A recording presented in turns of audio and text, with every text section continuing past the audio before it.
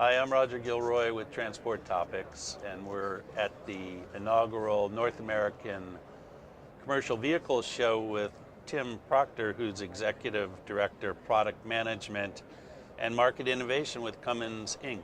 That's right. Tim, thank you for being with us. Oh, thank you, Roger. It's a pleasure to be here. Answering a few questions about your sort of green efforts as a multinational company.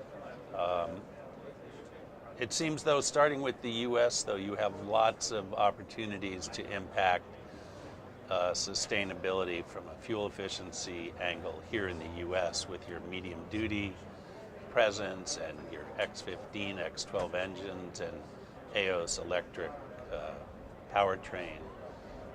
How do you manage all that? Yeah, so our ambition is to be providing the right power for our customers, the right power solutions, and we recognize that being dependable is their number one objective. They've got to complete their mission. Products are being used in businesses which deliver income and sustainability for the people that are running those businesses. So our products are part of how they do their work. And yet also we have to be a leader in innovation in order to stay at the front of the market, to be able to deliver the value in whichever way is going to mean that the product meets the customer's business needs. And when you talk about green, fuel economy, fuel use is the primary source of the carbon dioxide emissions, greenhouse gas emissions that impact global warming. And obviously it has an economic benefit to the customer to use less fuel as they do their business.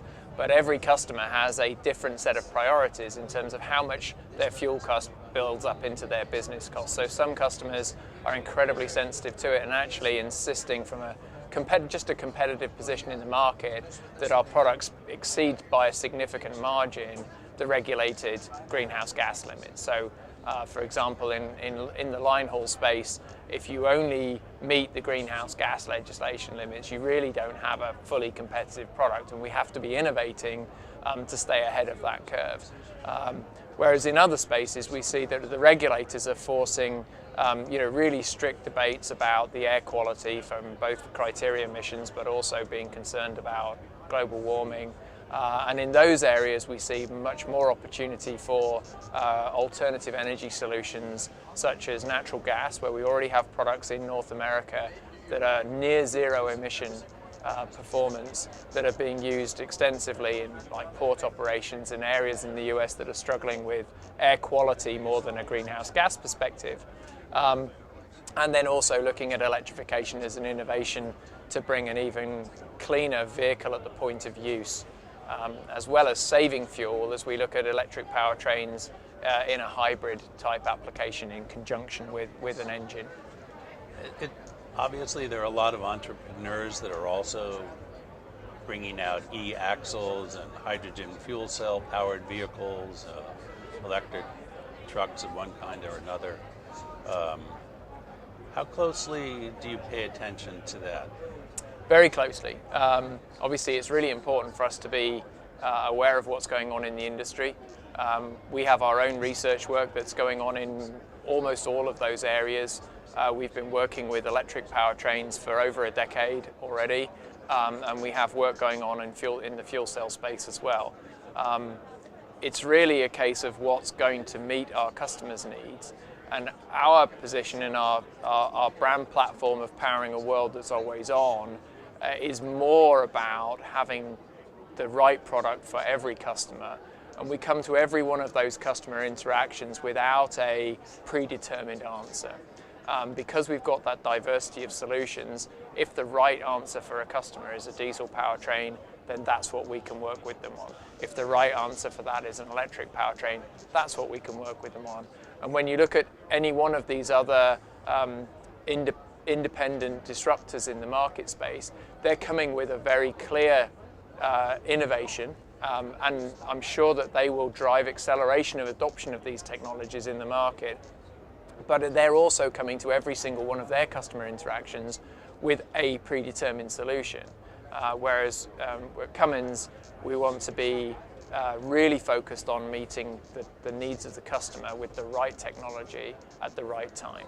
How many engineers do you have working on, let's call them green products, for lack of a better?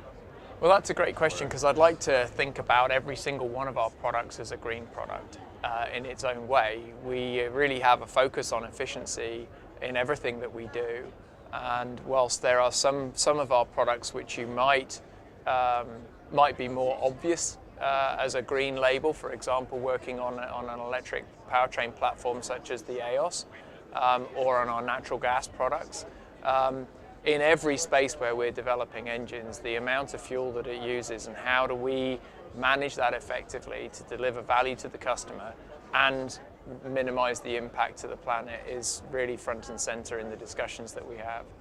I think I heard a figure that one truck maker had 7,000 engineers involved in their Class 8 truck in one way or another. Mm-hmm. That seemed to me, might be a little naive, but that seemed like a very large number of people involved. Well, I think, I don't know the number, but I mean, when you look at developing a complete vehicle, if that's developing a truck, if you're developing a complete vehicle, including an engine and a transmission, which all of our vertically integrated customers in North America have their own powertrain solutions, as well as incorporating Cummins powertrains into their trucks. It takes a big village to produce a product that's as complex as that.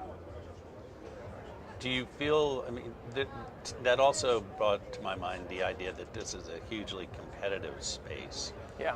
And, I think some people might have underestimated your company a little bit. I mean, Cummins in terms of, when integrated powertrains came along, and will the independent engine makers still be there and all of that, but yet here you are still, so.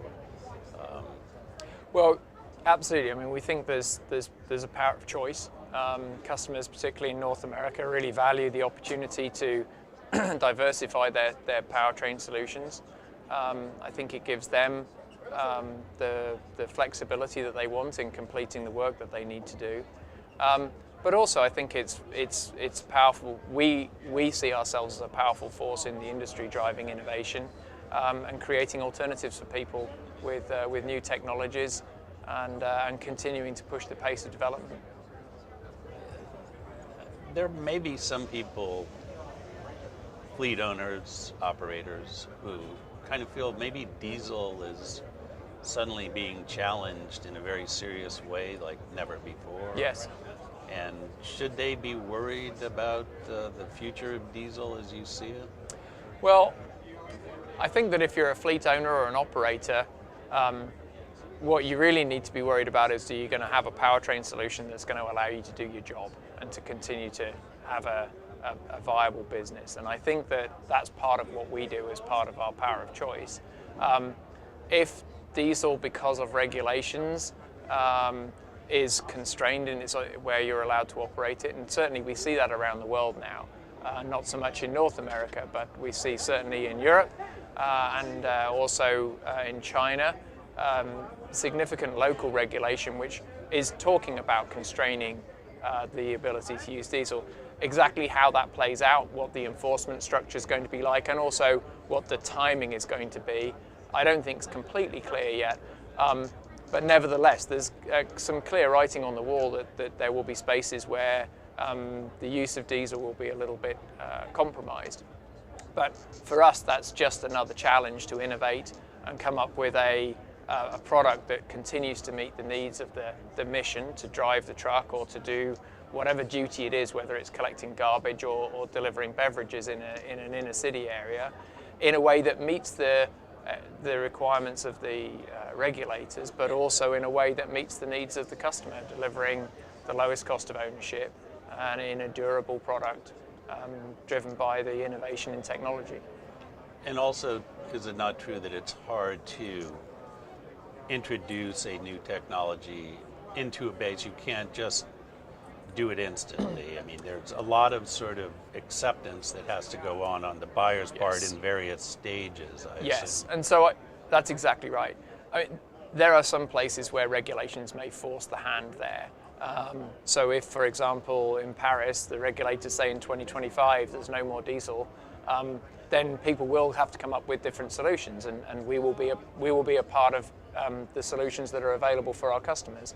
If you leave it to the market forces, then it's very true to say that even when you get to a point of just economic viability, which means an electric powertrain or a natural gas solution is economically superior to diesel, there's a period of adoption that takes place. It's not a light switch event where all of a sudden everyone's buying the new technology, and so there'll be a period of adoption as people and the industry as a whole starts to solve some of the problems, such as the infrastructure necessary for charging electric vehicles, the simple operations within a fleet to manage charging vehicles overnight. If you've got 50 trucks, plugging in 50 chargers, or having 10 chargers and moving them around between 5 trucks overnight, these are all new challenges that people have to face. But we faced them before in the industry. I think that when SCR emissions controls became a reality, everyone was concerned that we'd all be running out of DEF and that DEF wouldn't be available. Would there be enough low sulfur diesel? And would there be enough low sulfur diesel? Another great example.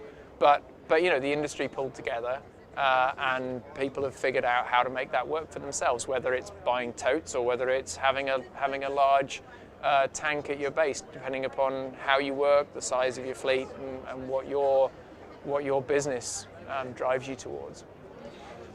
So on the market innovation side, this must be sort of like the greatest time to be in dealing with that kind of thing. Certainly an exciting time to be in the automotive industry. And what's also interesting, I mean, technologically it's really interesting, and really just to follow on from that point about adoption, well, it's easy to say, well, the industry will figure these things out, but actually you've got to have people who want to be part of solving that. Those problems won't solve themselves.